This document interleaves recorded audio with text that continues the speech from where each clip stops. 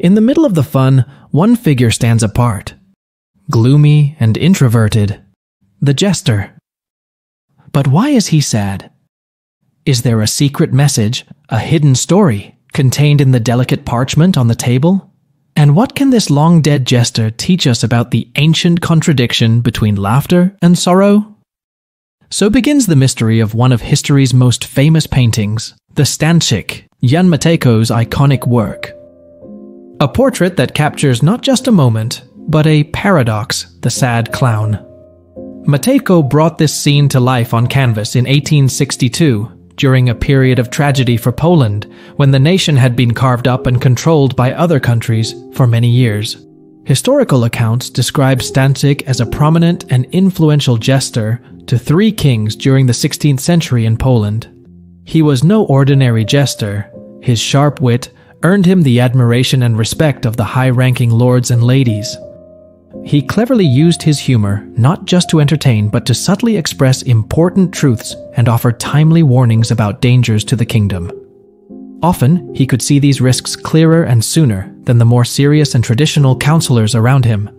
Having left a mark on Polish culture, Stanczyk's enigmatic presence reaches beyond literature and drama, captured timelessly in Matejko's painting. Matejko represented him in different scenes, such as the hanging of the Sigismund Bell, the Prussian homage, and Gamrat and Stanczyk. Turning our attention back to the painting, its full title, Stanczyk during a ball at the court of Queen Bona, in the face of the loss of Smolensk, succinctly captures the painting's profound message. Stanczyk is hunched over in a grand chair that seems too big for his small frame. His legs stretch out before him, still and lifeless. His hands locked together, his gaze hollow and far away. The 3-cornered hat atop his head sags, creased with folds, while his marotte scepter lies discarded on the ground. He's deep in thought, looking very sad. The way he sits all by himself, turned away from the party, shows his melancholy. Smolensk, mentioned in the painting's title, is a region that was lost to the Russians in 1514, and this loss is the root of our jester's sorrow. To appreciate the gravity of the jester's sorrow, one must understand the significance of Smolensk's loss to Russia, a territorial defeat that symbolized the fracturing of Polish sovereignty. He mourns for a critical piece of his homeland that has slipped away. To his right, there's a grand ball hosted by the royal family, filled with the high society who appear indifferent to the country's territorial loss. On the left, we see a comet, often considered a symbol of doom.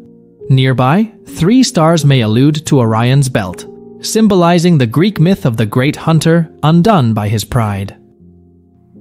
This is a conjecture that aligns with the themes of downfall and arrogance mirrored in the elite's indifference. Now take a closer look at Stanczyk's face. We don't know exactly what he looked like, but in this painting, it's clear who he resembles, Matejko himself. The artist uses his own likeness for the jester, reflecting his deep patriotism and concern for his nation. Beside the jester lies a letter.